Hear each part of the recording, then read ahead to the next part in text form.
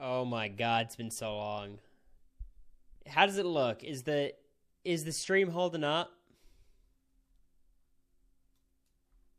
at all?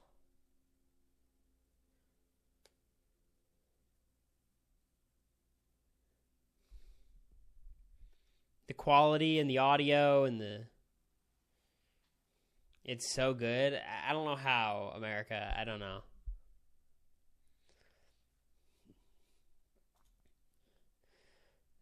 America walked in on me like at my lowest point ever. On the floor, fully naked, face down. It was so bad. I've got some stories to tell. You're so good in green. Thank you. Ass up. Face down, ass up. That's the way. Yeah.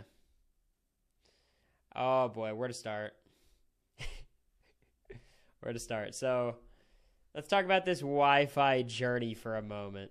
Just for a moment, okay? I'm sitting there. Let's get some Wi-Fi. Call up AT&T. America actually calls. She goes, "Hey, AT&T, Mr. AT&T man, we would like some Wi-Fi." That's what we had in our last apartment. And the AT&T worker said, "Actually, my lord, we're on strike. The workers are on strike, and as a result, we can't get to you for a few weeks." And I love unions and labor organization and, you know, sticking it to the man. But do they know who I am? Do they know who I do live feed updates with? Like, I get it if, you know, Jack, who works at the office and comes home to his two kids, his dog, his white picket fence, he can't, you know, use Yahoo Sports for a couple of days. That's fine. This is my livelihood. And more than just my livelihood, this is your entertainment. Without me, I don't know how you guys are going to spend your days, your evenings. Thank you, Night Cheese. Thank you, Melfna, for the 8 months. Mountain for the resub. Tom, Martins. Appreciate all of you. Cory will cross the picket lines to solve inconveniences. I could not have said it better myself. I'm not just crossing the picket lines. I'm destroying the picket lines. I'm personally notifying Jeff Bezos that there's some union activity going on. And I will get it shut down if it's the last thing I do. Thank you, Mama Kellogg and Maleficent, for the subs. I appreciate it. Who do you want from BB26 on the cruise? It's crazy that, like, Janelle has unilateral power to just invite people. I understand she's, like, the organizer, I guess, or one of the organizers. But, like, look at this shit. This was a tragedy.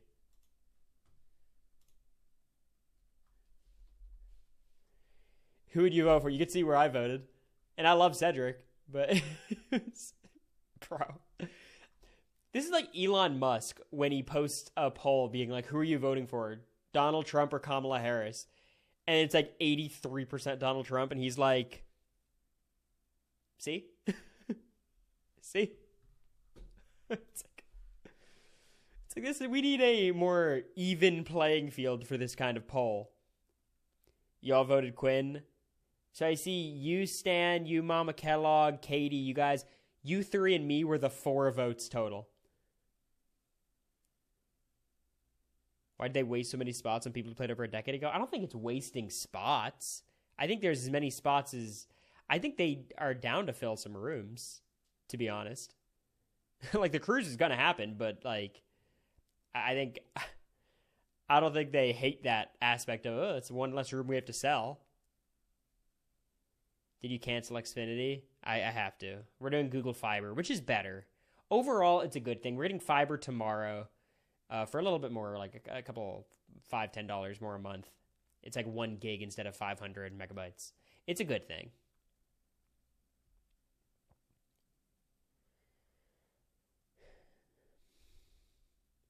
Can you cancel soon? Can I cancel in like an hour after a stream?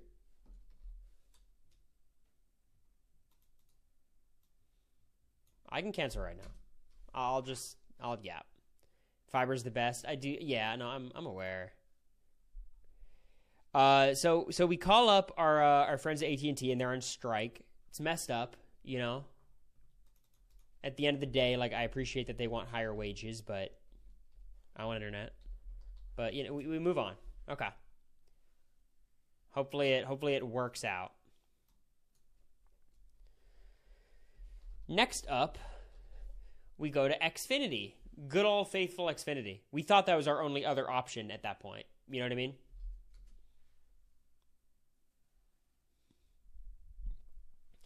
Xfinity's like, we got you. We're gonna make an appointment for Tuesday. This is on Friday, which is like, all right, that's kind of a shit show. It's a bummer. We have to have 4 days without internet. Whatever are we gonna do? But you know, we move. We'll try to figure it out. They're still on strike, yeah. So we wait. Today's Tuesday. Oh, it's time for them to come. They show up and they can't do it. There's this problem and this problem and this problem, and the wire has been cut, and we need to send construction out, and who knows how long it'll take. And then I dropped this line. I dropped this line, and they didn't know how to respond. I said, Bowie Jane is coming tomorrow.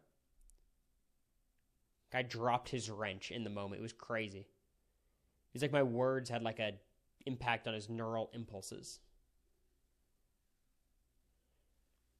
But they still said they couldn't do anything, so I'm like, okay. I start bugging out. I tell America it's over. I get into this room. I lie on the floor.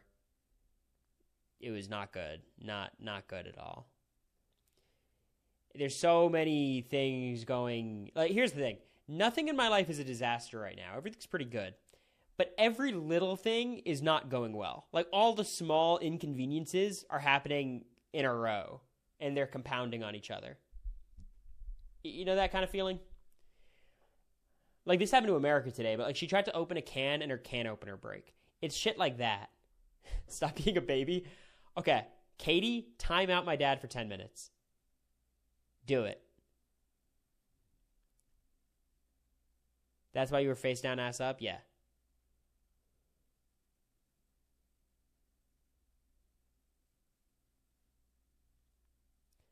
Some days you just want a little mercy on the small stuff. Exactly. You're not trying to lose Michael Rottenberger's Twitter follow. You're going to make me do it. You're about to lose your modship, Katie. When I tell you jump, your response is how high.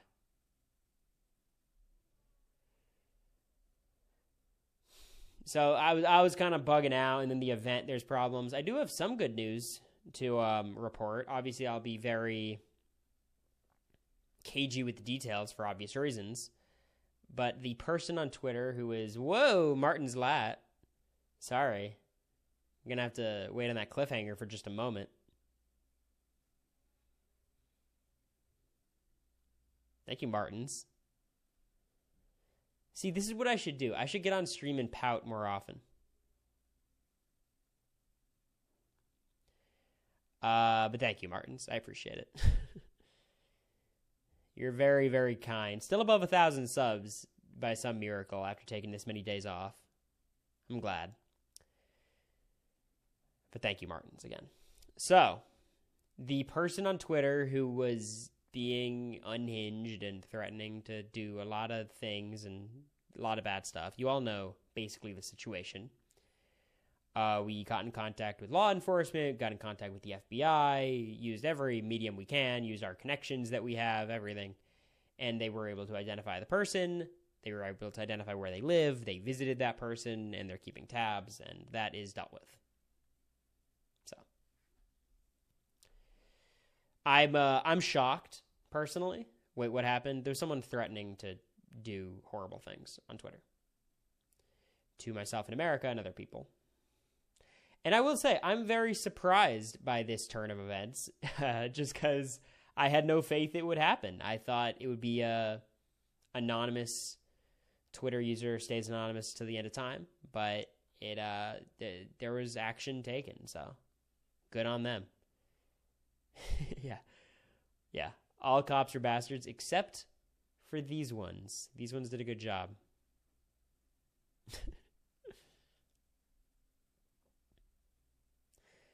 But I think it's just important that there's like real life consequences for these ridiculous things that you do online like it's important. And it's not like America and I did this to send a message. It was like just for our own sanity and everyone else's safety. Must have a great father with connections. Wait, so Dad, is this your connections that came through? Because I know we used a ton of different mediums to reach out. My dad's taking full ownership. He's acting like he flew out to the location and knocked on the door himself.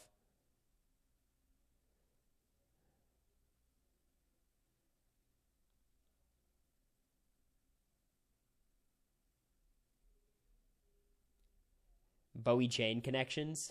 You think Bowie Jane's got connections in law enforcement? Probably knows a good attorney.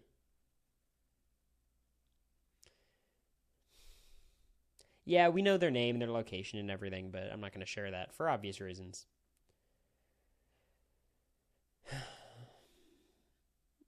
That's not helpful. He busted the door down like the SWAT team? Yeah. That's my dad. I don't know if you all have seen pictures of him, but he's like 6'4". I don't know how this happened to me and Zach. I don't know where those genetics went. Can we know their age? Just curious. 97. Tweeted from their wheelchair.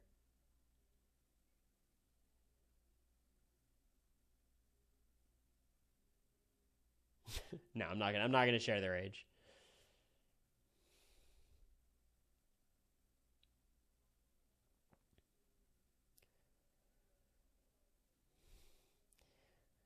Ay. I know their stay-at-home nurse was scared. Oh no, they were in on it. Thank you, JPR. I'm just surprised Angela's kids would take it that far. No, I'm kidding. That actually was super sad. Angela's, I think, daughter tweeting, like, I want my mom to come home. It's been too much. That made me sad. I was like, aw. Like, that would break my heart. Like, it reminds me of, like, when I was at a sleepaway camp, and I, like, wrote a letter to my parents being like, I want to go home. I'm sad. Like, I would hate to see that. Do you feel better now about having the event? Yeah, we're having the event. It's safe. We have private security as well.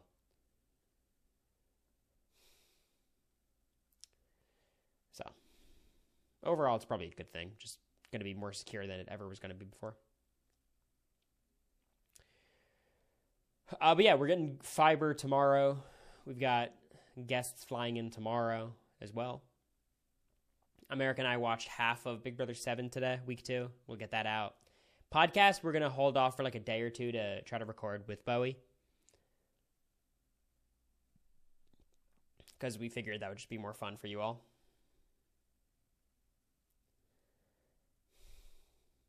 Who are the guests? Bowie, and then maybe some mystery guests that have not been leaked. Is A-Dog joining you? When? Not right now. She's doing her makeup. Getting ready for the Bachelor finale.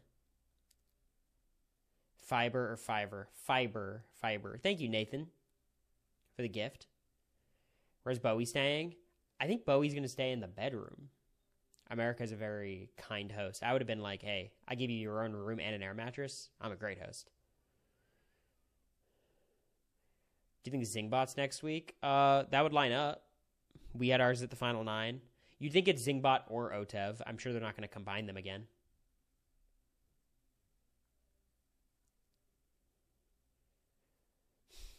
Air mattress on the floor is crazy for Bowie.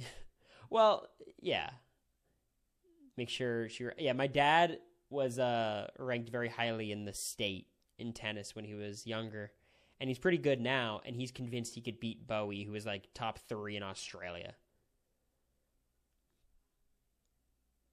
So if you guys want like a pay-per-view event for me to set up, I can set up Bowie Jane versus Zach Dad. Yeah, it's been hectic, Nathan. I'm sorry.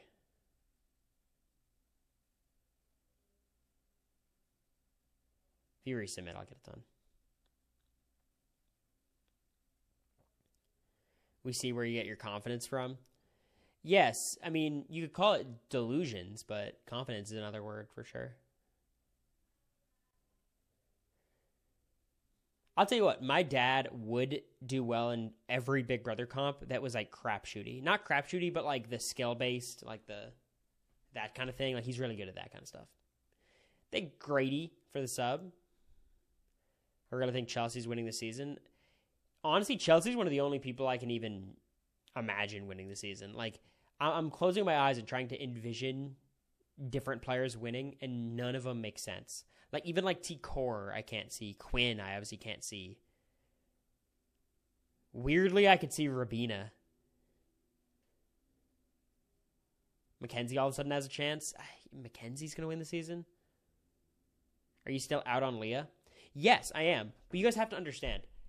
Nathan. Nathan, you shouldn't have. I appreciate it. Let me show you my tweet interaction I had, because I was kind of...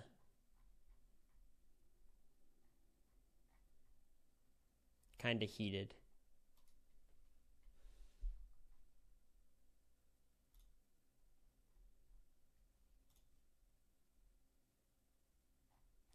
Okay. I didn't even see this part of it. Thank you, Nathan, though. Again, I appreciate it. Way too kind. So I tweeted this. If Leah used the veto on Angela, Quinn's cooked, could nom Joseph, but really should be targeting T-Core. It might be impossible to evict her, so I don't know. This was a good take. Look at this. So I said, sigh. And then this guy said, why do you think he's such a good player? This is 2 total flop HOHs. Such a great player. I said, cite anywhere where I ever once even floated the idea that Quinn was even close to being a good player post week 1. So they posted player rankings, which we're going to be doing today, where I have Quinn 3rd.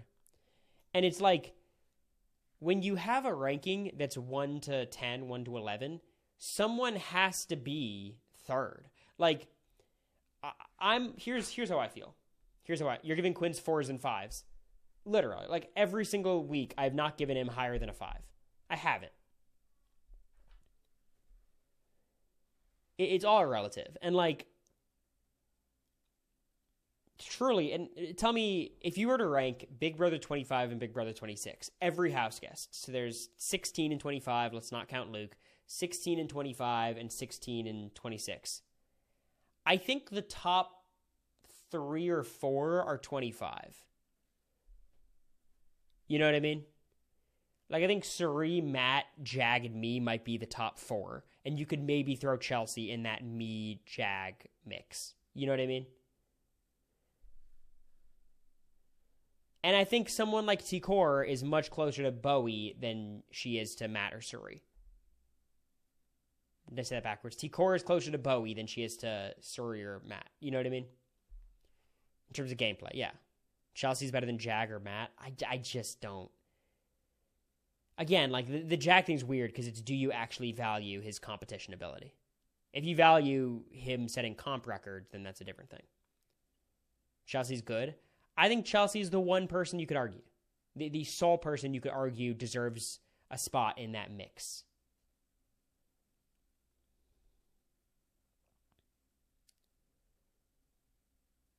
But is T-Core a better player than any of those people? Would you guys say T-Core is better than Jag? Sure. I know you guys don't think highly of Jag.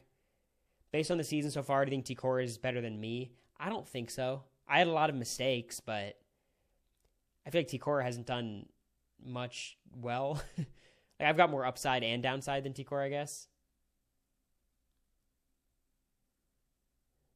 Like, I just think... And T-Core, I think, at this point, is probably the consensus second best player of the season. I don't even know who else you'd argue, unless you're a real big Cam truther.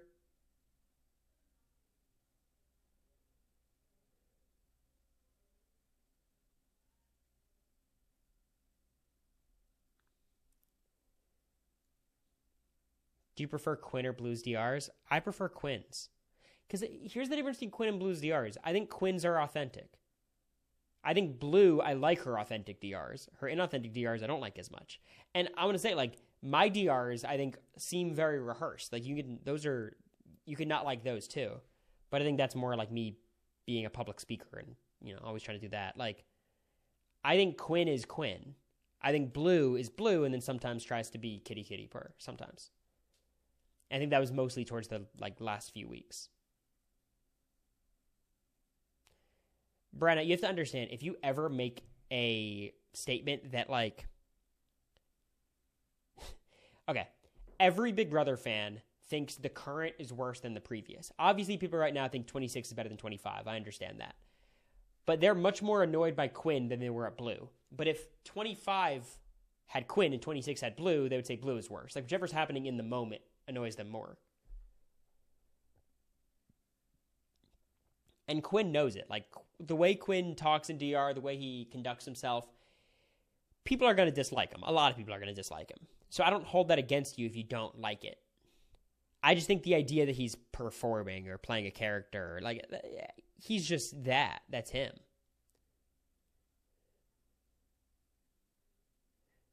So, like, you know, this whole thing of, like, I put Quinn third, it's like, okay, who was below him? Rubina, Kimo, Cam, Joseph, Angela, Mackenzie, Leah. Like, this cast sucks. And I like it. I enjoy the cast. But this cast is really, really weak.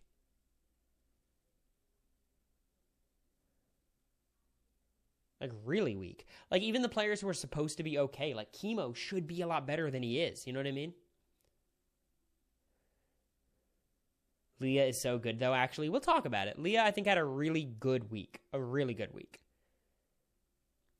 But, like, the way I talk about Leah is, like, if Big Brother 26 was a 3-player game, she'd be the best player of all time. The problem is there's every other house guest. Like, she's great at manipulating Joseph and Quinn. Like, amazingly good. And then there's every other house guest. Like, she has no pull with Chelsea or Rubina or, you know, any of them.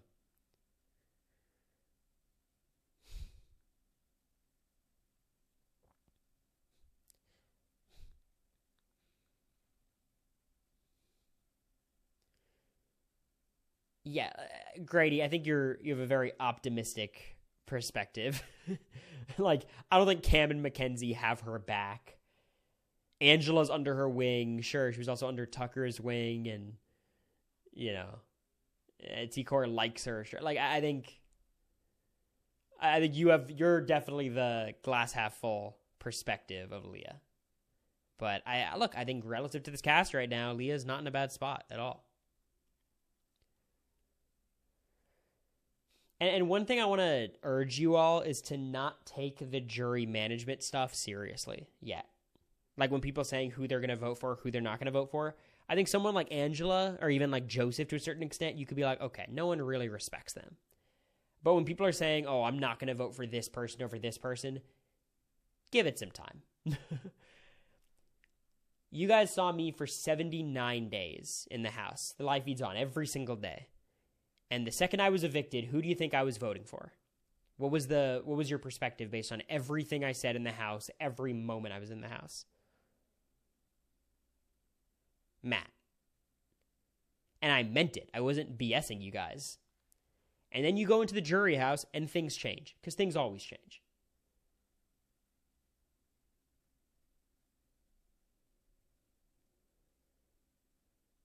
Like, Cam, the entire season, thought he had Matt under his wing. Liked Matt. That's my guy. It's Matt. Comes into jury, immediately wants to vote for Jag. Like, it's early days right now. We're a little over halfway through the season, days-wise. If I'm Quinn, here's my opinion. If Quinn makes it to the final two, he is going to win against anybody. Maybe if he gets there with, like, T-Core or Chelsea, it might be a little dicey. But Quinn is in that position that I was in, where he's viewed as smarter than he actually is. He's viewed as more strategic than he actually is. And if he somehow makes it to the end, he's going to get the votes. He loses to Chelsea? Sure. I think Chelsea, look, I don't want to count votes, but Chelsea and T-Core could be a little bit dicey. But the whole perspective is like, oh, Quinn can't win because he doesn't have T-Core, Kimo, or Rubina's vote. It's already over for him. It's like, no. I think Quinn's sitting in a fine spot for the jury. And I want you guys to keep in mind, it is extremely, extremely, extremely rare that two players make it to the end with, like two of the biggest jury threats make it to the end, for example. That's very rare. Matt and Jag is pretty rare. Usually what happens is you get rid of the jury threats, and then at the final 3, you get rid of another jury threat. Do final speeches affect votes? No. Unless they're terrible, basically. Like, I think Matt could have lost if he was up against Suri or someone. Because Matt would have had the votes going in, and if he was that bad, I think votes would have flipped to Suri. As long as you don't tank it, I think you're fine. Season 20 is a rare occurrence. Yeah. That was mostly on Tyler because he should have just taken Angela or Sam or someone.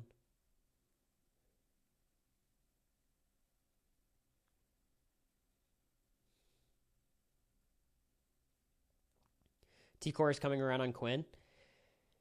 So here's my perspective on T-Core and kind of like, this is going to sound a little bit harsh, like kind of the tantrum she's been throwing. Like, it's a low-key tantrum. Like, she's very chill. Of like, she's just very bitter against Quinn. I think it makes sense. And I like T-Core a lot. Like, I'm kind of trying to give T-Core as much grace as I can. It's like, she has been in a position in the game where everything has kind of gone her way. The entire season so far. And this is the first moment of adversity she's really had. Rubina had a lot of adversity with, you know, Tucker going out, and she was on the block, almost evicted, and Kimo was on the block week 1. You know, like, this is T-Core's first real obstacle, and as we know, players deal with obstacles very differently. Deal with adversity very differently. Say what you will about Quinn, I think Quinn deals with adversity very well. He kind of lets it roll off his back and tries to keep playing. Joseph, seemingly, is dealing with this adversity reasonably well. T-Core, who I think takes things a bit more personally, obviously is more... Her empathy drives her decision-making more than most. It does not roll off her back like that. You know what I mean? So I think it's just like a difference of like who you are in the game. Quinn and Joseph are the superfan nerds. It's the same as me. Like, I didn't take it very personally when Matt and Jag betrayed me. America did. America was a more emotional player than I was. I think that's just what's happening.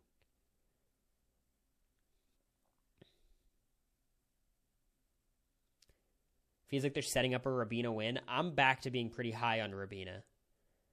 I like the way Rubina's playing a lot. I kind of hope she makes it through this week somehow.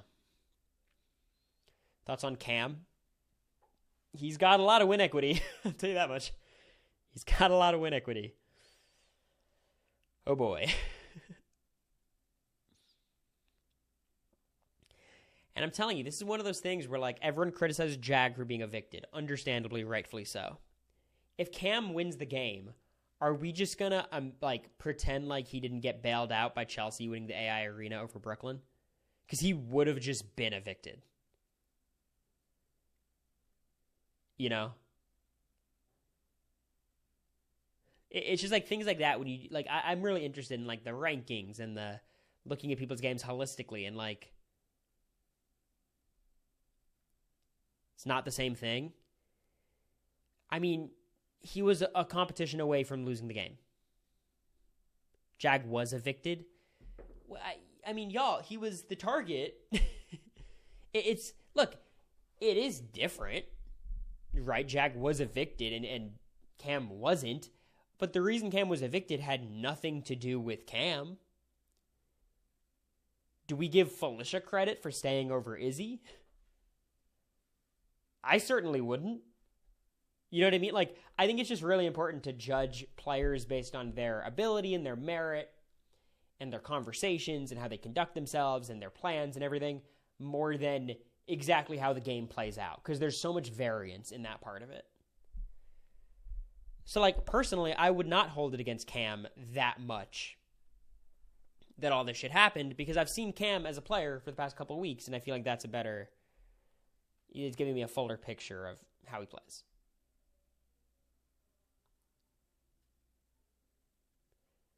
Cam wouldn't even be up there if there was no AI Arena? What do you mean? Like, he wouldn't be the third nominee? Like, he wouldn't be one of the top 2?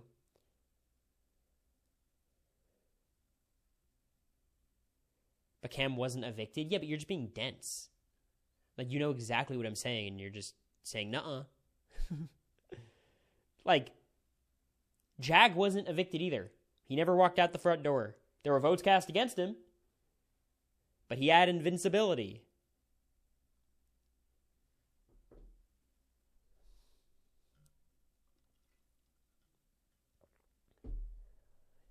I'm not a big Jag defender. I just think it's like, at a certain point, someone being evicted early, it happens. I think Jags play those weeks is pretty unforgivable, but like, you know, then you keep going. Then the rest of the game plays out.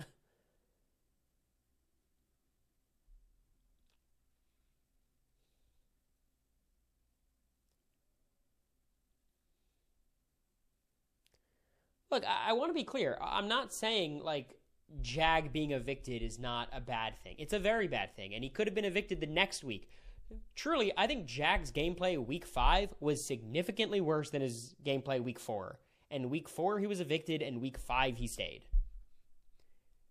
Like, that's like my point. Like, it's not always that straightforward in terms of, oh, you're evicted, you're bad. Oh, you stayed, you're good. Like, it's just, like, come on.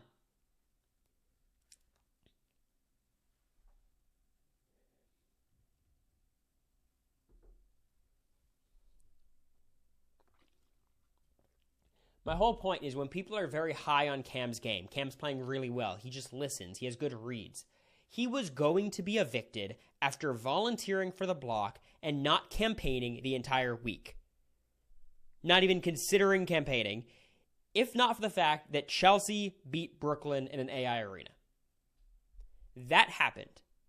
And yes, he volunteered a different week than the week he actually got on the block, but the point stands. And you guys are going to see where I ranked Cam. I'm pretty high on Cam relative to this cast. But I just think like we all have to pump the brakes and try to recalibrate our memories to how bad everyone has played this season.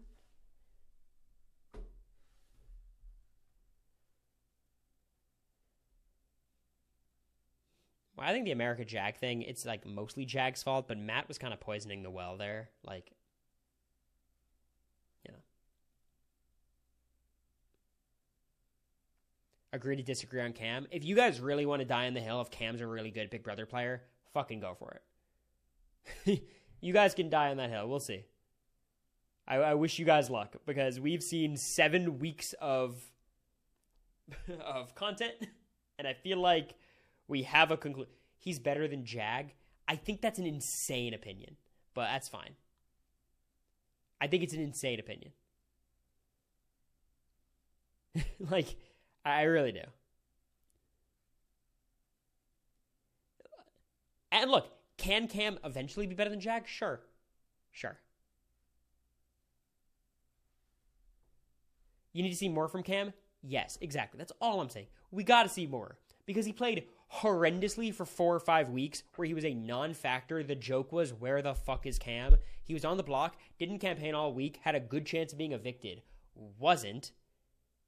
Like, I think he's growing, he's evolving, he's becoming a better player over time. He's becoming better as time goes on. So did Jag. Was Cam as terrible as Jag? No. Cam never had the lows that Jag had. But Jag also then went on to win the game and set the comp record. If Cam does something comparable to that or makes a really deep run, plays well, I'll give him his flowers. Like, I'm not anti-Cam, like, at all. I'm certainly not pro-Jag. But I just think, like, it's goofy.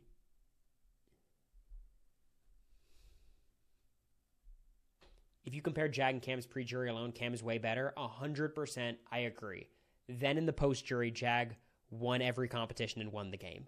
That's the point. That's what I'm saying. I 100% agree with what you're saying. You said in comp wins ain't helping.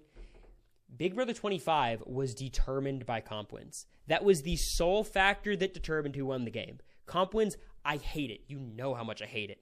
They're extremely important, being able to comp out. That is why I have Cam as high in my player rankings as I do today. Because he can comp out theoretically. It is such an incredibly massive factor of the game. The main reason I don't give someone like Joseph any win equity is because he can't win comps. Same with Leah, even though she won the veto, full respect. But, like, she can't reliably comp out in the same way as these other people. Same with Angela. Same with a lot of these people. Have we done their rankings yet? Now we'll do them in a minute. I mean, comps, I think, will... I don't think that... Here's the thing. I don't think comps are going to be more equitable necessarily this season towards the end, but the field is more equitable. Cam doesn't seem to be as good as Jag at these comps, right? And there is no Tucker left. So it's like, even if the comps are inequitable, the results will be more equitable. You know what I mean? Like, BB24 did not have equitable comps at all. And that's why Michael ran the table. But there was also Monty and Taylor, who were, like, good competitors. And Turner was good at... Like, if you've got a good field, it doesn't matter how equitable the comps are. The problem with BB25 is you had inequitable comps and an imbalanced field.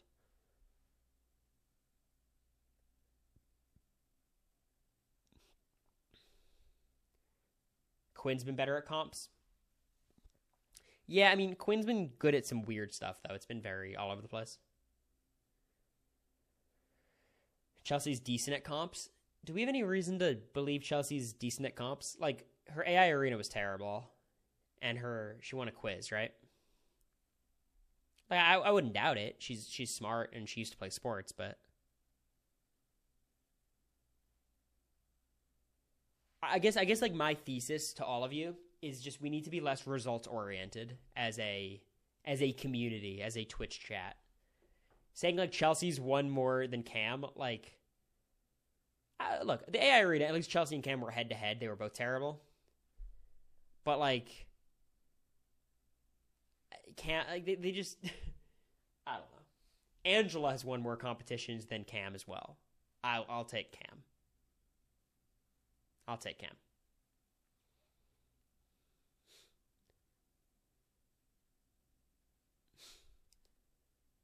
Slip and slide is going to be Cam or MJ. Yeah, I mean, you'd think you'd be Cam, but there always is like if you're a big guy, but you can't balance, it doesn't matter that you're a big guy. You'll lose.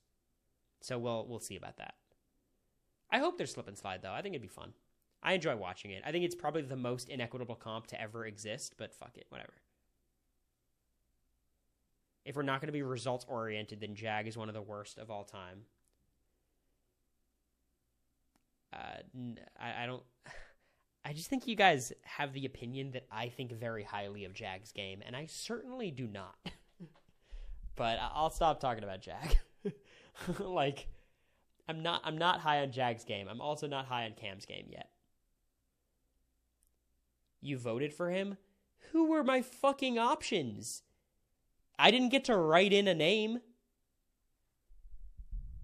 You want me to run a poll in chat? Who do you want? Who do you think I should have voted for, Matt or Jag? Let's see how that poll shakes out. I crushed the vote without even the requisite knowledge. I didn't even know most of the reason I'd vote against Matt, and I still voted against Matt. I crushed it. He was literally voted out. You guys are so stupid. You guys are so stupid. I can't.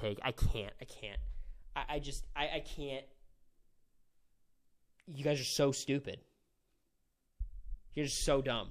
Yes, he was voted out. Yes. He was voted out on day, what was it?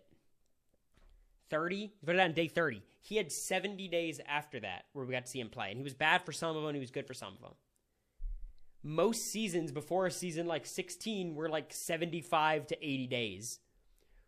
We got 100 days of Jag. Evaluate him on the 100 days. And that includes him being evicted and him being terrible at the start and him being a little bit better at the end and winning all the comps. Like, is it that big of a request for you guys to treat your player evaluations like a rich tapestry? Is that so hard? Am I asking too much of you guys?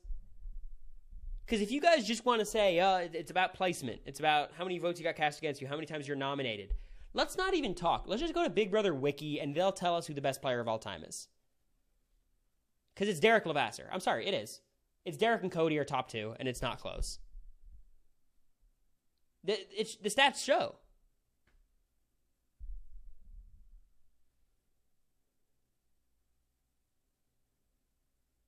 Oh, you say it's Dan? Well, Dan was voted out. Or, not voted out, but he lost a jury vote. Derrick never lost one. Dan was nominated multiple times. Derrick was never. Cody really wasn't ever.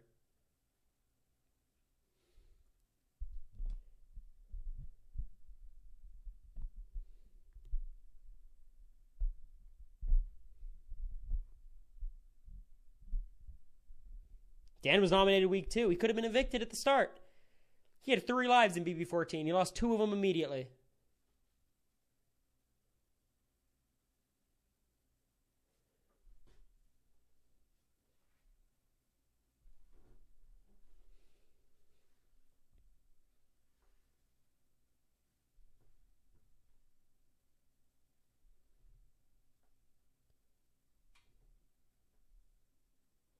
It's just all I ask. Because I know the Big Brother community is one that doesn't enjoy nuance.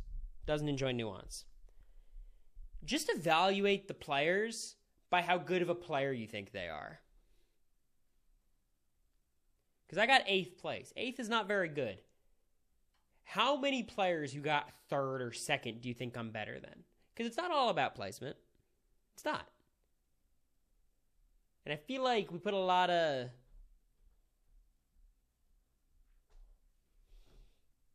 I don't know. A lot of importance on placement and if you won and jury votes and getting evicted. It's like, no, we could just evaluate players. Yeah, like you could also weigh the whole everyone in Big Brother 25 went into the season in like the most historically ridiculous imbalance twist of all time. like that's a factor too. Like we all started behind the fucking 8 ball. Like, you know, that's one part of it that I don't feel the need to always bring up. But that happened for sure. Jag tries to start family style any other season. It probably steamrolls like BB21. You know, like, that's a part of it. Like, just, again, rich tapestry. At least nobody went home night 1. I was in a lot of trouble night 1. a lot of trouble. Thank you, Steele, for the 9 months.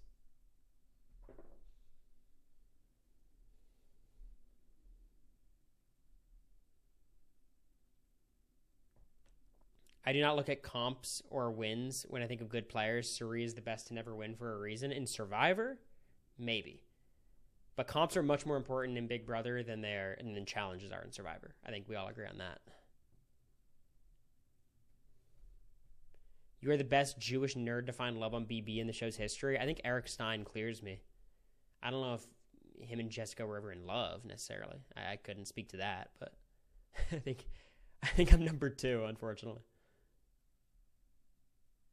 Even on that niche, you know, they dated for a while. I bet they said they loved each other. All right, let's do the player rankings. Do you know how long Eric and Jessica were together? I don't, but I'm sure it was a bit. All right, who do you think I have last for the player rankings? Who do you think I got?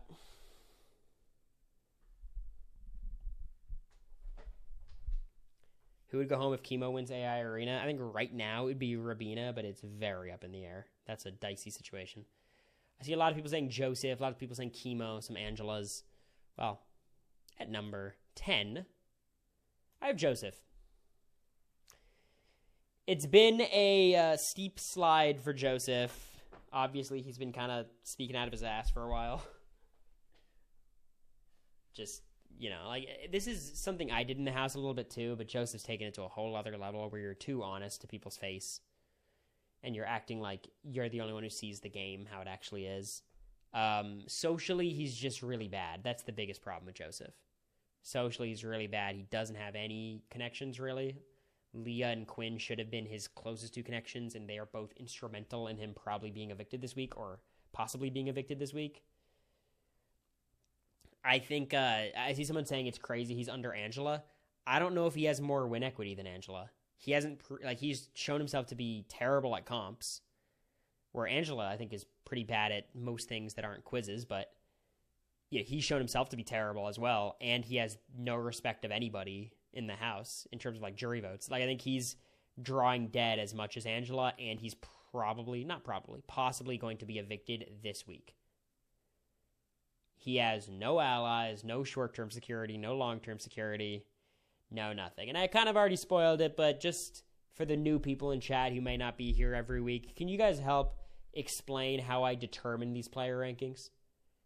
Is it just like one factor that comes into play? How does it work?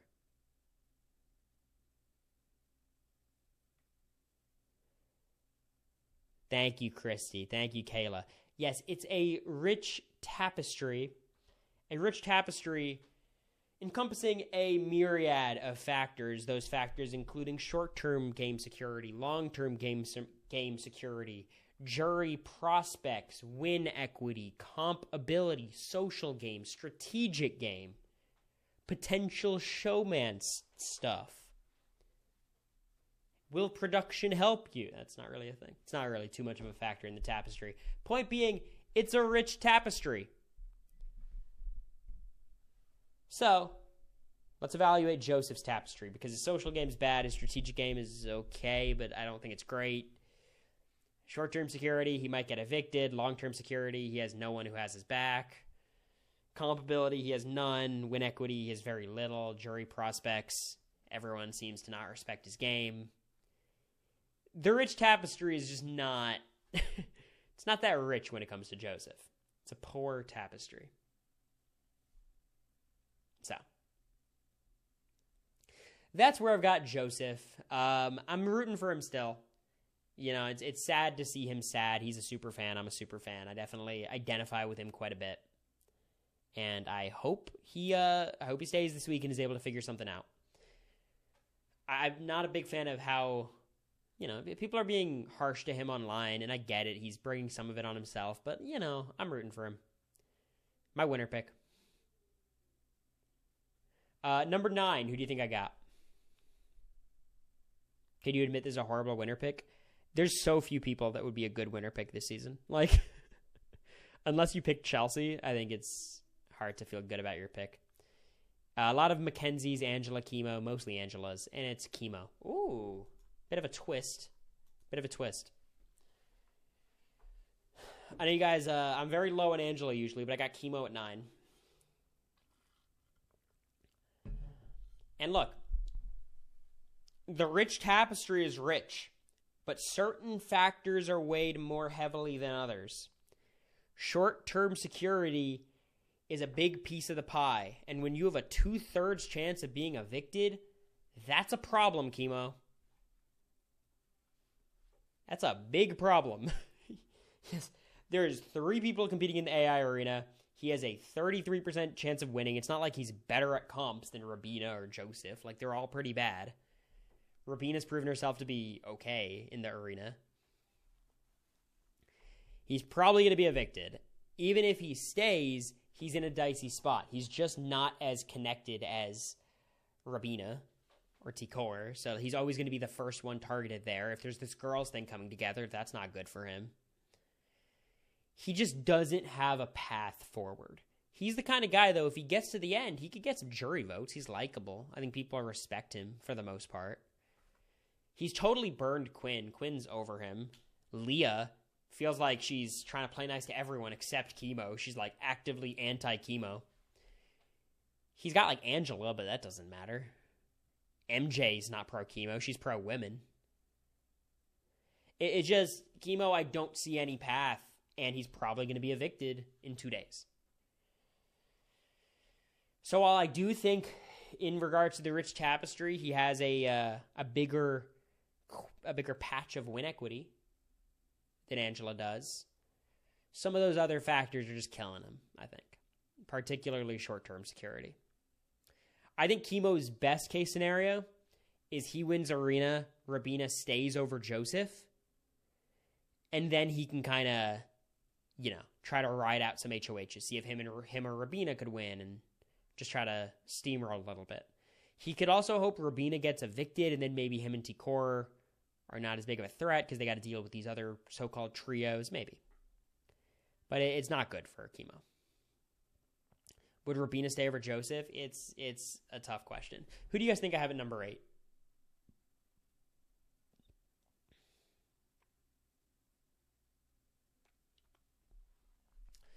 All right. No suspense on this one. It's Angela. Angela's tapestry is not bad. Win equity is in the toilet. And she doesn't have much comp ability, of course, just by nature of comps being more physical than they should be. She's done well in the comp so far, obviously, but even stuff like that last AI arena, she just wasn't really competitive. She was more competitive than Tucker, but, she wasn't competitive just because there is that slight physical element that she just gets outclassed in, unfortunately. But she's got security. She's got some allies. I think she has a good chance of making a deep run. She's not on the block right now. But I think most people's win equity, if you think they don't have a good jury prospects, their best jury prospect is sitting next to Angela. That's how she's being talked about. That's how she's being perceived. Thank you, Dee Dee, for the prime. I appreciate you. How are you doing? She had 2 vetoes used on her. Yeah, that's good. I mean, Felicia did as well, which, I think Angela's vetoes... Tucker using the veto on Angela was more so a device for Tucker to just make a big move. It wasn't because of Angela or anything.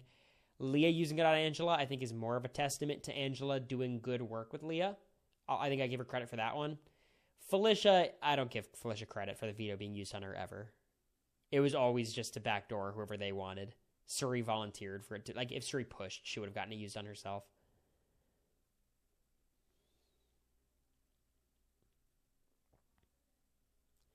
But, look, she's off the block. She's safe. Doesn't have much win equity, but compared to Kimo and Joseph, I think she's doing just all right. All right. Who do y'all think I have at number 7? Because it gets a little bit more testy here. Just a little bit more testy.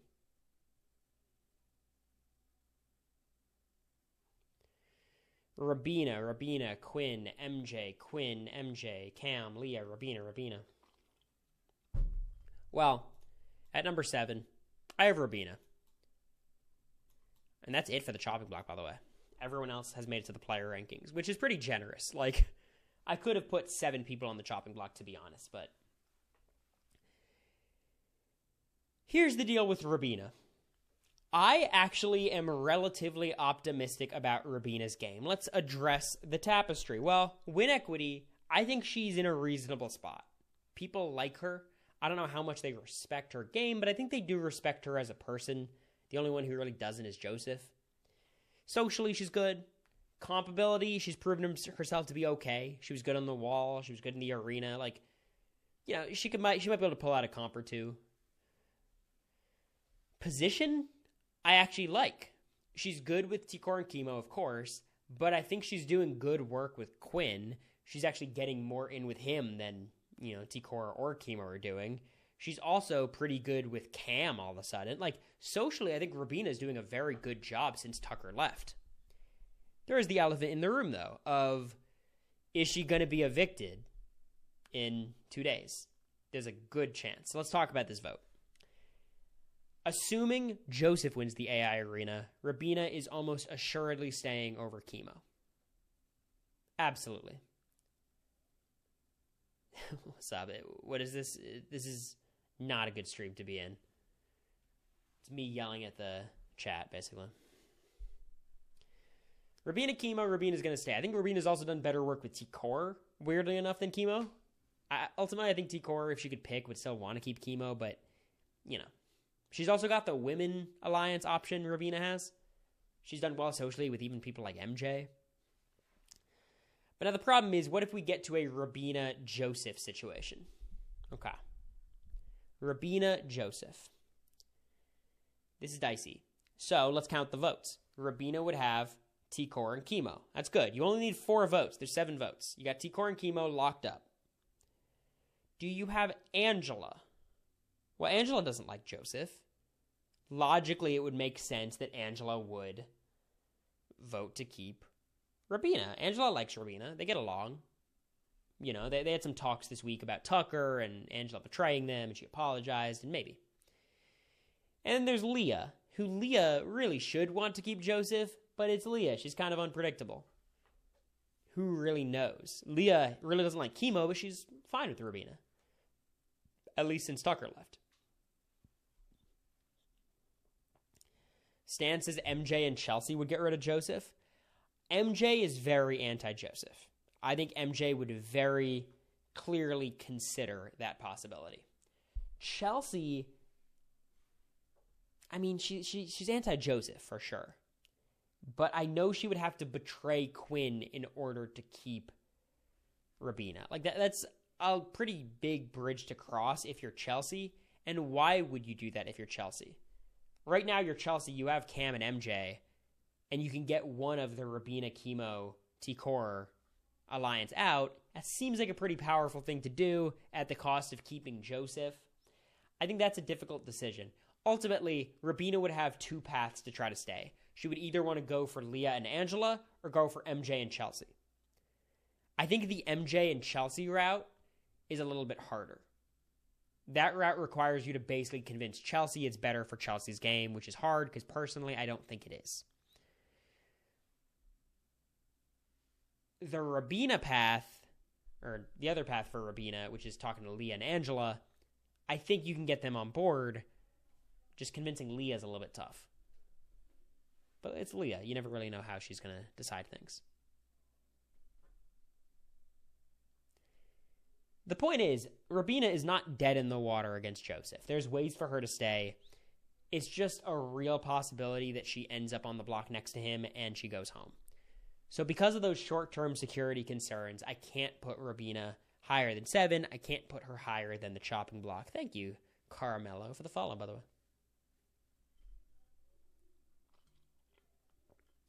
Really what Rubina has to do is convince Chelsea that she's not locked in with Kimo, which is a hard thing to do because that perception's been building for weeks now. But that's what she needs to try to do. How successful will she be? We'll see. Okay. So again, that's the chopping block. Only 4 people, which means the remaining players have made it on to the player rankings. Congratulations, everybody. Claps all around. Now, who do you all think I have at number 6? Numero 6. MJ, Quinn, MJ, Quinn. Seems like MJ and Quinn are the 2 options. At number 6, I have Quinn. Okay. Thank you, Emo Hamtaro. Hamtaro. Sounds like an anime thing. I don't know. Tell me how to pronounce your name. I have Quinn. So look, that person in my Twitter responses wasn't wrong. This is a second bad HOH for Quinn. Now, I think this HOH was a little bit more tough. Things really didn't go his way. He got kind of unlucky with Leah winning the veto. That's a tough result. But even then, like, would he have put Leah up otherwise? Probably not. What I will say is I do like how Quinn has played post being fucked over by Leah. Because I think a lot of people are coming away with the conclusion of like, oh my God, he's just forgiving Leah.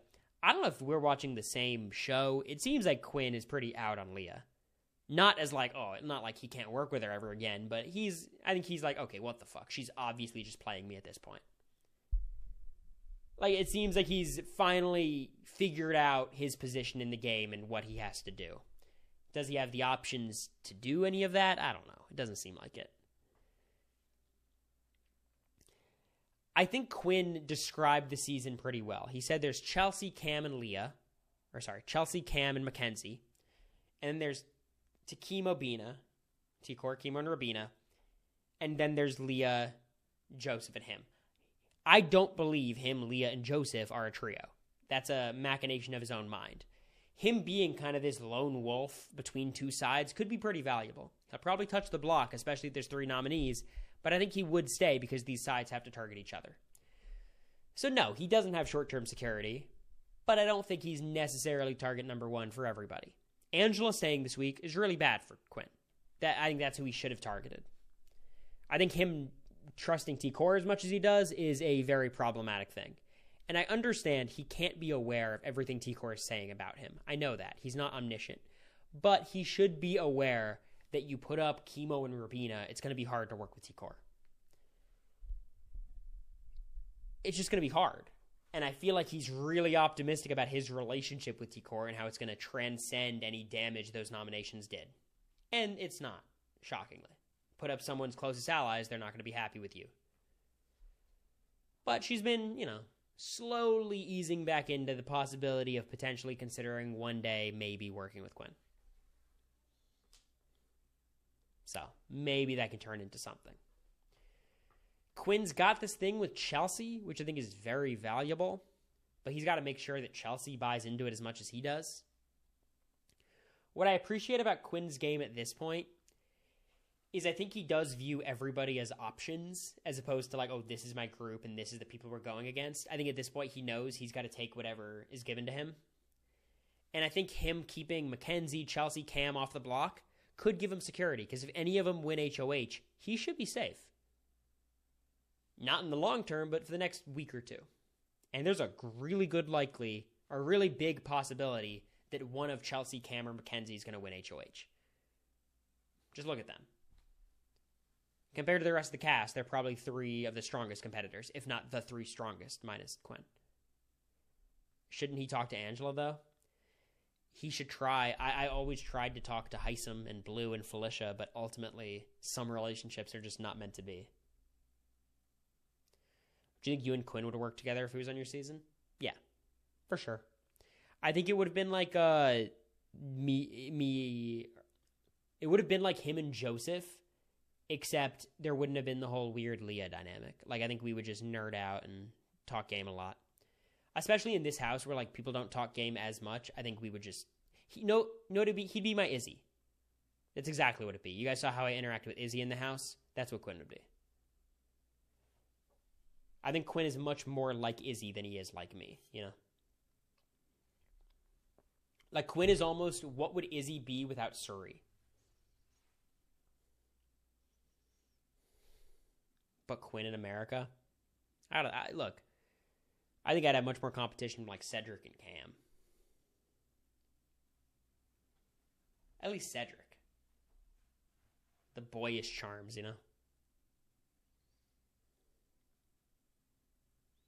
Cam's talking about tampons. You know what it reminded me of? Cam talking about, like, them having, like, the good tampons in the house. It reminded me of, like, the guy on the train reading, like, the feminism book, the hardcover. It's just cracking me up. I was looking for the picture to tweet it yesterday. McCamby looks like a good guy. Seems like a good guy. How do you think you would have done this season? I think I would have done well. But, I think any season with a more fluid structure is good for me. My season was not fluid, really. It's very, very organized because of Suri and Jared and Izzy. Cam, have any of you heard about the pink tax? Literally.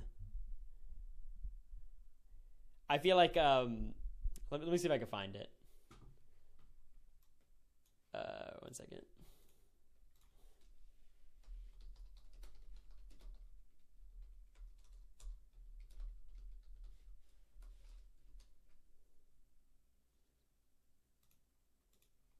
It's one of my favorite clips ever.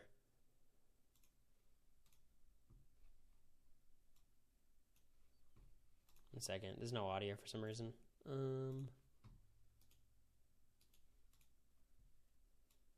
Oh, there just is no audio to this video. So just read his lips.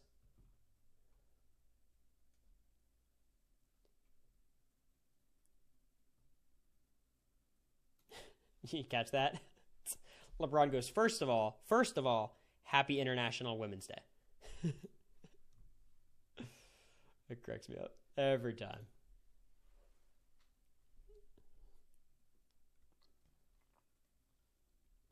When you told America you recognize suffrage and the pink tax, bold of me to come out in support of women's suffrage in 2023. No one's doing it like me. Ahead of the curve.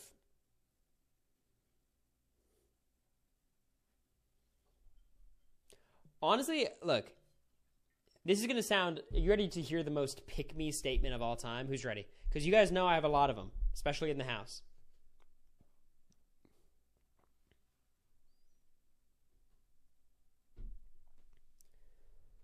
I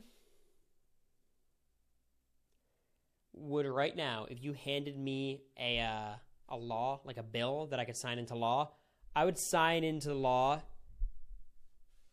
men cannot vote. And that's what every Democrat should do.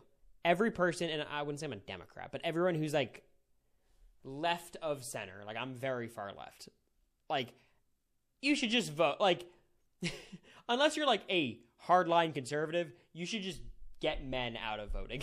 It's really bad.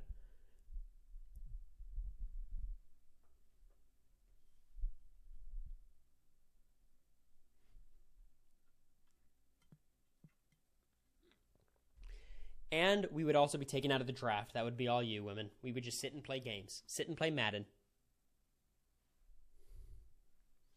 How about all Republicans? No, we love diversity of thought. I just like when diversity of thought is skewed towards my opinion. You know what I mean? I just like when there's more people in my line of thought than the other line of thought. Cory for president. Babe, that's giving sexism. Are you talking misandry? Am I a misandrist right now? Am I doing reverse sexism? Is that your allegation? Grady? If you want to say it, you can say it. The map showing election results of only women voted are wild. Yeah. Women can vote and men can't. Then men can be drafted. Can't be drafted, but women can. I'm glad to have you here, Nicholas. We've needed a men's rights advocate for a while in chat. You know how I could like mod and VIP people? I wish I could like label you the men's rights advocate. Cory would ban periods. Yes, exactly. On day one in office, my first action as president, banning periods. Nicholas says, shut up, I'm all about women's rights. Automod, I'm going to deny this post.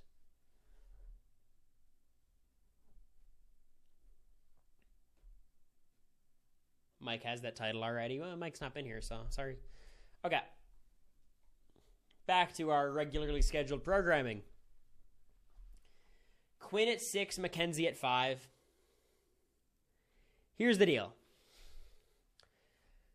Quinn's got no options. He has some options, but he doesn't have any close allies. This HOH was kind of a flop. He missed his target. He angered a lot of people. But he still is one of the best competitors in the house, and I think a lot of people are going to have to use Quinn to advance their own games. I don't worry about his win equity. I think his win equity is perfectly fine, regardless of what T-Core says. My big problem with Quinn is how does he get to the end? Because I don't think he's in a ton of short-term danger. Like, he could go home next week, absolutely. But it's not, like, clear that's going to happen. And because he has win equity, I feel comfortable ranking him 6th. Now, MJ, I have at 5. All right, MJ. Here's the deal. She has improved her position drastically. Not really through her own actions, kind of through them. She won the AI arena twice, and that has given her enough time to stay in the house and wait for things to reshuffle, and they have reshuffled. Her locking in with Chelsea and Cam is a really valuable thing for her game. They're both very strong competitors. Of course, this love triangle thing with Chelsea and Cam is also really bad for her game, because what the fuck are we doing, MJ? I don't think she's even aware. I think the second MJ became aware of it, she would stop. But this is not a house where people confront each other about stuff like that. It's all behind each other's backs. I think MJ does have some win equity. I don't think people respect her game too much, but I think her journey is very impressive. I think she definitely has a good speech she can give, which doesn't matter, but like just in terms of she has a good story, and that's almost more important than your like resume. And I don't think she's anyone's immediate target. Like, if you're targeting Cam, Chelsea, MJ, why are you targeting MJ? Unless you're like T-Core and you're like, okay, I have to take an indirect shot because I don't want to put up Chelsea. Maybe that's how MJ gets sniped out of the game. But you'd kind of think, like, she's not playing the middle, but she shouldn't be anyone's number one target.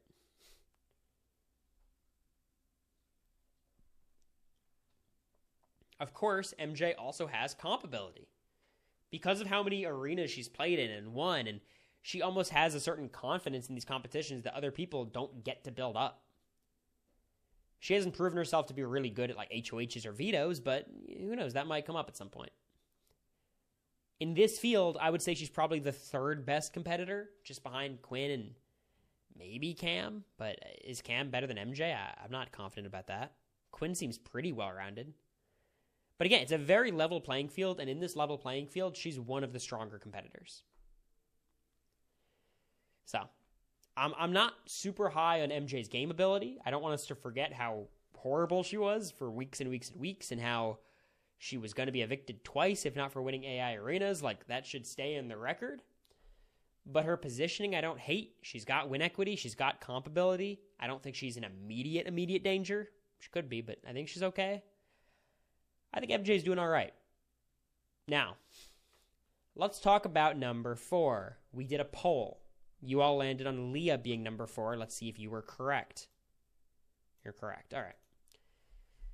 This has been the week of Leah. It's been Quinn's HOH, but it really has been Leah's week. And I've enjoyed it. I'm someone who's very critical about Leah's game. I've not been high on it. I think people are, for the most part, overstating her game. Because every one of her little maneuvers and moves and mists and snows, it's all just Quinn and Joseph at the end of the day. Like, it's always Quinn and Joseph. But she's done some really good things. First of all, she won the veto. And I think she did the right thing with the veto. I think what she should have done, to be clear, is gone to Quinn and said, I'm going to use the veto on Angela. I swore to her that I would use it on her. I know that's hard for you, but let's figure this out together. There's no reason for her to blindside the way she, you know what I mean? That was silly.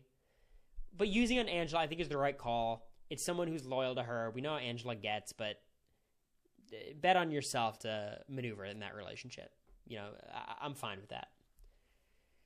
It keeps a number in for Leah. It also is not going to, like, burn bridges across the house. Joseph forgives her immediately because he's Joseph. Quinn is annoyed for sure, doesn't trust Leah as much, but doesn't have any options really, so I think it's fine. I think Quinn wins HOH next week. He still doesn't, or 2 weeks from now, I don't think he targets Leah anyways. I think she gained some respect of the fellow house guests, of like, oh, look at her. She made a gutsy move. And I think Leah really needed respect in this house. She needed a comp win. She needed people to look at her like a real player and a real factor. So I'm happy with that. Here's the downside with Leah. She doesn't have very close bonds. I mean, she's got Quinn and Joseph, but Quinn is kind of a strange relationship now, and Joseph's feeling a little bit iffier on her, but even then, Joseph still says he loves her, so that's kind of weird.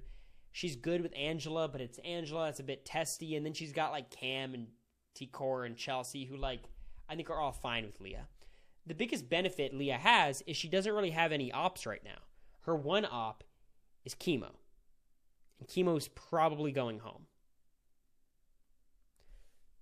So it's pretty good. This week, she's getting out her number 1 target. She's keeping her number 1 ally, her final 2. She won a veto. She's got more people's respect now. And most importantly, her position, she's in the middle. She's the one player who I believe is truly in the middle. I think Kimo Rubina thinks they have a bit of a hold on her. Obviously, Quinn and Joseph want to have a bit of a hold on her. MJ and Cam kind of want to have a hold. Like, she really can go in any direction, and she's a very fluid player. Like, she'll go whichever way the power goes. Very Bowie Jane-esque. In a very different style, but very much just flocking to power, which is a good thing. I am a little bit skeptical about her win equity.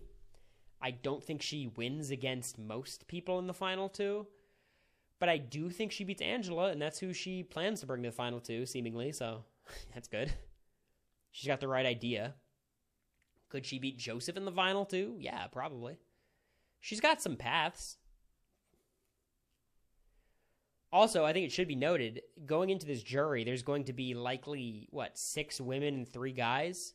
Maybe 5 and 4? So, if women want to just do the vote for women thing, that's great for her. My main criticism about Leah as a player is I don't think she's a very good player. I don't trust her game sense, her game acumen. She pulled off this move to keep Angela, which is good. It was the right decision, but her execution of it was very goofy. She was, blindsiding people for no reason, and it was just messy. And then the way that she did damage control with Quinn and Joseph worked, for Joseph at least. With Quinn, I think it worked as well as it could have, but I think most of that is because Quinn, knows how to play Big Brother, or at least knows how he should play and, wants to be forgiving and stuff. But, if you guys watch these conversations, she's terrible. Her big defense is, I forgot. And then she cries. It's very Nicole Franzel-esque. It's like Nicole Franzel if Nicole had really only seen 1 or 2 seasons of the show. No disrespect to Nicole Franzel. I think she's one of the best players to do it. But that's the vibe I'm getting. Very much I'm going to make this move and then not stand behind the move and cry about it. But Nicole kind of mastered that, where I think Leah's trying to figure it out on the spot. And she's really only good with Quinn and Joseph in terms of damage control.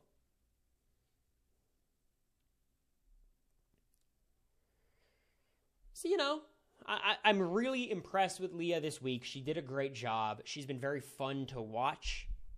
I don't want to seem like a Leah hater. I'm really not a Leah hater. I know Felicia was not super high on Leah. I disagree with that sentiment wholeheartedly.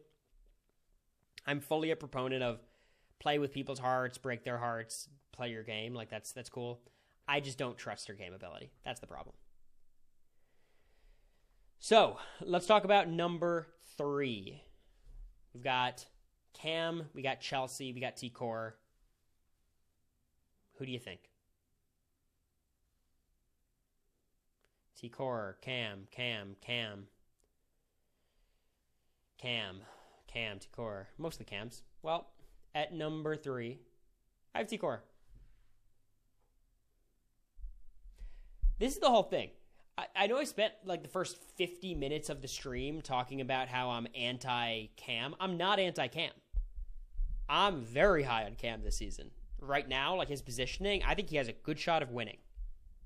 It's just, in the grand scheme of Big Brother. All right. So here's the deal with T-Core. I don't like the way she played this week. I think she basically survived this week because of the relationships she built previous to it. She basically spent the whole week shit-talking the HOH, which, here's another thing about Big Brother that kind of irks me. And maybe I've just not been tuned into Twitter. Maybe people have been saying this. A lot of people rightfully criticized me for shit-talking Cam during Cam's HOH before the veto meeting. A boneheaded decision. Why would you shit-talk Cam? That can get back to him. You know what I mean? And that's right. You shouldn't do that. I also shit-talked Hisam the entirety of Hisam's HOH week before the veto was used. And he held the veto. Sometimes you get away with it, and sometimes you don't. Sometimes it's a good move, sometimes it's not. With Hisam, it probably was a good move, but it's very results-oriented thinking. T-Core talked shit about Quinn the entire week, and is lucky it didn't get back to him. Because if it did, she could have been nominated and potentially evicted. So I think she played this week very poorly. I think she also showed, when I say immaturity, I don't mean it as a negative. I mean immaturity in the same way I was somewhat immature in the game. She's very young. I don't even know if it's immaturity. I think it's more she doesn't deal with adversity well. I think that's the fair way of saying it. She showed a difficulty or a weakness in handling adversity. She is young. She's young too, but Tucker's 30 and threw tantrums, and Rubina was 35 and did not deal with these things well. Angela's 50 and doesn't I don't think it's an age thing. I think it's whenever it happens to a young person, we say it's because of age, and whenever it happens to anyone else, we just say, oh, they're being a baby. You know what I mean? I remember I watched the Why Cory Lost with OV and David Bloomberg. And they kept talking about, oh, I'm super young, and that's why. And, I appreciated that. They were kind of giving me leeway, but, Jared's 25 and was way worse at all these things, and Blue is 25, was worse at things. America is 27, was worse at some of these things. Matt and Jack, Felicia. Like, you know what I mean? I think we overstate the age aspect sometimes. Personally. But the point is, I don't think T-Core handled adversity well this week. She was kind of moping all week. She didn't branch out very well. She's still upset with Chelsea. She's still upset with Quinn. She's kind of locked herself into this trio instead of trying to branch out because she truly had the ability to branch out. People wanted to bring her in. Kind of against their own self-interest. Which part of me is like very impressive by T-Core that she's got people wanting to bring her in when it's obviously a bad idea, but she didn't capitalize on that at all.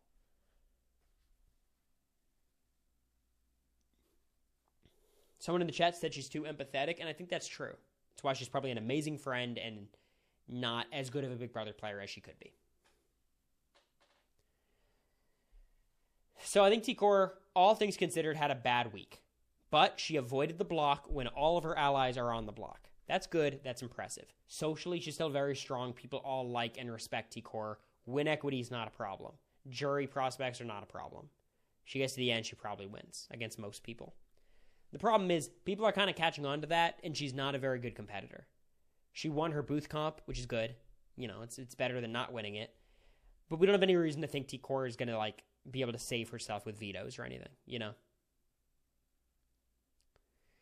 So I am nervous about that with T-Core. I think she could be a target very soon.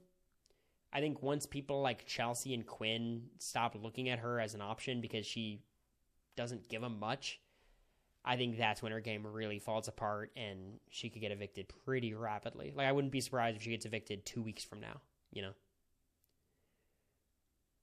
So, that's where I'm at with T-Core. I have her this high just because she's proven herself to be really good socially. She has win equity, and she's not in immediate danger. And look, there's a chance Kimo and Rubina stay this week, and T-Core all of a sudden is in a really good position again. Number 2, is it Cam or Chelsea? Do we even have to do this one? We all know what I'm doing, right? Did you guys even do a poll? It's Cam. We've talked extensively about Cam. Cam has put himself in a position where he's a target for sure. He's a big guy, but also as the only big guy left in the game, he's kind of in a decent spot. He could just comp out a little bit. He's also aligned himself with probably the 3 best other competitors in Chelsea, Quinn, and MJ. Getting closer to MJ is good. He's getting closer to Rubina, which is very valuable. He's just got like a really strong core alliance, plus a few connections outside of it, and he's likable, and he's respected, and he's really strong himself. That's enough to get you number 2 this season. If Cam gets to the end, I think he has a good shot of winning against anybody except Chelsea. Everybody. He's likable, he's genuine, he's sweet, he's strong. That's it. When we evaluate Cam's game and why Cam won Big Brother 26, I'll be sure to point out all the flaws, because there's a lot of flaws in his game so far, and he's lucky that he's in this position. But for the time being, he's doing a good job.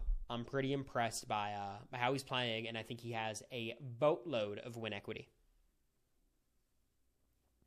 Okay, let's move on to number 1, Chelsea. She's been on top, I think, 2 weeks in a row now. She was in second for the first few weeks, then she fell down a bit, but never too low. Back to first. She just has options, and she has shown a proficiency in the game that no one else this season has. She's been too passive at points. She's been too active at others. She's not a huge comp threat. She is a big jury threat, but she's not being talked about that much as a huge jury threat, which is good. I truly think, like right now, she's kind of playing the middle. She's telling Kimo Rubina she'll keep them, and she's telling Joseph she'll keep him. I don't know which path is better for her. Frankly, I think it's better for her to just get rid of one of the trio and just make sure that they get rid of Cam or MJ before her. I think that's probably the right path for her. But she's just doing well. She's even got someone like Quinn. I think Quinn probably feels closest to Chelsea now than anyone in the game, which is huge because Quinn's one of the other great competitors in the house. The one thing Chelsea has to be careful of She needs to be. She told Joseph she'll talk to the house and see. Did she tell Quinn she would vote to keep Joseph? I feel like I watched a conversation. She might have talked to Quinn, and it was like, who are we getting rid of? Kimo or Rubina or someone. She told MJ and Cam she would keep him. Okay. Point is, she's playing the middle. She's playing the middle. The problem with Chelsea is if this love triangle bullshit fucks up her game, I'm going to be mad, because what are you doing, Chelsea? Just keep your eye on the ball. That's it. That's all I ask. Just keep your eye on the ball. Play the game. I ranked Joseph last, Ned. Keep your eye on the ball. Play your game. Keep playing the middle. You got this, Chelsea. I really, really do believe in you. Come on. You could do it. If Joseph stays and wins HOH, it could get dicey for her. I think she'd have the votes to stay, but I do think she'd be on the block. I think she'd absolutely be on the block, but I think she would stay against just about everybody. I don't think Mackenzie likes Cam like that.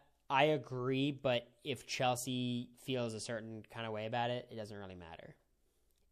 If you feel me. If you dig. So that's the player rankings. Just a recap. We got Chelsea, Cam, T-Core in your top three. T-Core have been very consistent in the top three. Chelsea's been pretty consistent too. You got Leah on her highest placement ever. MJ on her highest placement ever. Quinn, just doing Quinn things, being middle of the pack despite having some of the most volatile gameplay I've ever fucking seen. And then on the chopping block, of course, in last place we have Joseph, Kimo, Angela, and then Rubina. And Rubina, I want to put a pin in that. Because Rubina, if she wasn't on the block this week with a chance of going home, I'd have Rubina a lot higher. I like the way Rubina's playing. And I've always had a soft spot for Rubina and her gameplay. You guys know that. And I'm very open for her climbing the rankings. So, that'll do it. Let me pull up the stockwatch, and we'll do that very quickly. I don't know if they closed it, because I know the roundtable is starting quite soon.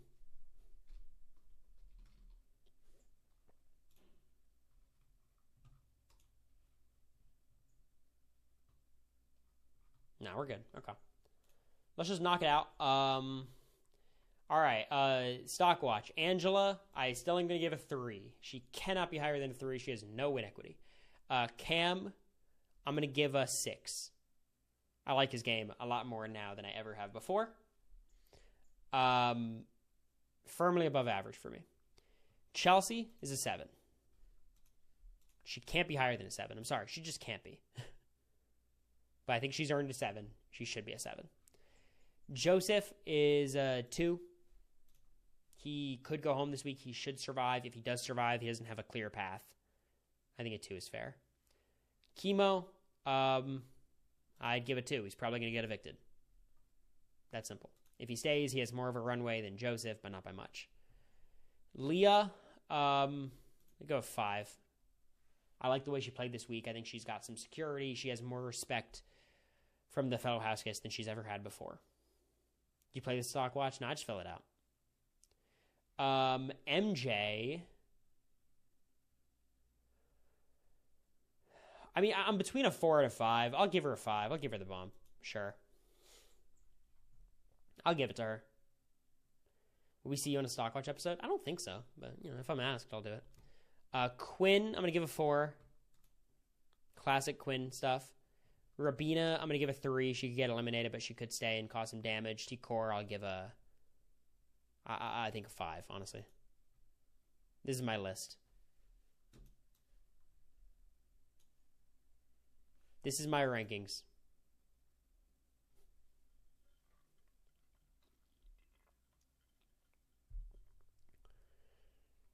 All right.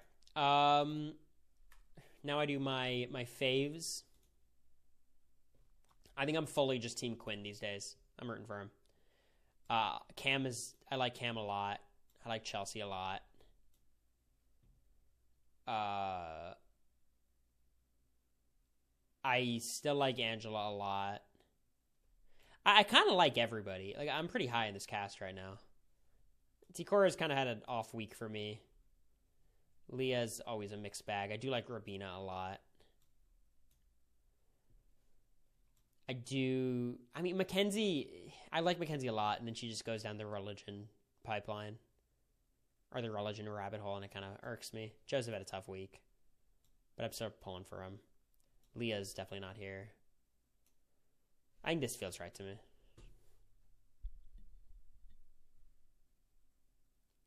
I think this feels about right to me.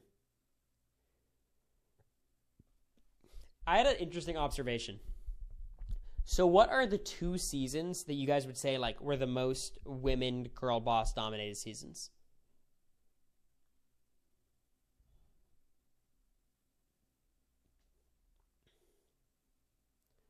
6 and 13. I was going to say 4 and 6. 13, I hear that, though. I hear 13. And 13 kind of applies, too. The reason I was saying 4 and 6, what do they have in common, season 4 and season 6? I would not say BB20, no. But women didn't dominate 4 till the end. You're right, but, like, I don't know. I think it's just thought of as, like, the Alice in June season, you know?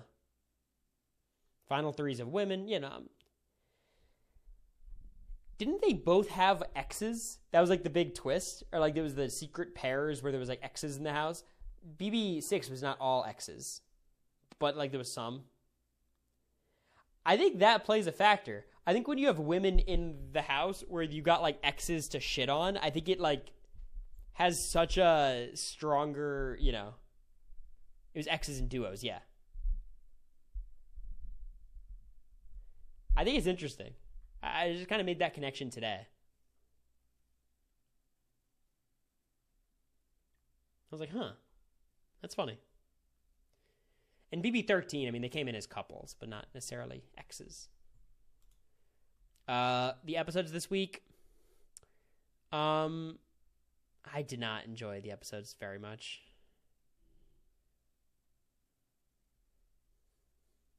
I mean, do they count, like, the Thursday episode where Tucker was booted? Does that count in the week? I think it does, right? Because that was after the last stockwatch. That was awesome. I was actually great. Yeah, it was one of the best episodes. Sunday episode was fun. I didn't hate it. I thought Angela was very funny. The feeds this week, I think they've been good. I think they've been pretty consistent this season. The season, I think it's a 7 out of 10 season. It's been good. Maybe a 6. Quinn's HOH reign, it's a 3. It hasn't been, like, disastrous, but it's been bad. AI Arena, I'm over it. AI Instigator, it was not a twist. Did Leah make the correct decision with the veto? Yes.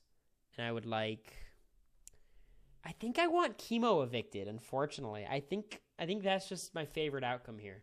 I think it breaks up the game the best. And I think Kimo is probably the most boring to watch in the feeds out of all these guys. I like Kimo a lot, though. And we're going to Terran's Twitch. All right. Well, that'll do it. That's the stream. First stream in a while. The stream we scheduled for the next few days is going to be a little bit up and down. I don't know exactly what's going to happen. I don't want to lock anything in because, of course, we're hosting people. I'm definitely going to stream with Bowie at some point over the next few days. We'll have a Bowie stream. But other than that, it'll be kind of off and on. We're going to upload Big Brother 7 rewatch tonight. So, you know, we got to watch 2 more episodes, then we'll upload that. And finally, we have the podcast, which will be coming out in the next few days because we're going to record with Bowie. So we just deciding to make that option.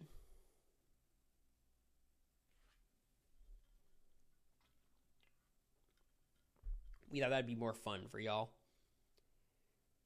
Stream with Cedric. How would that work? Okay. That'll do it. Thank you all for hanging out. Anyone live right now? Any of the homies? Is America going live after the Bachelorette finale? Probably, yeah.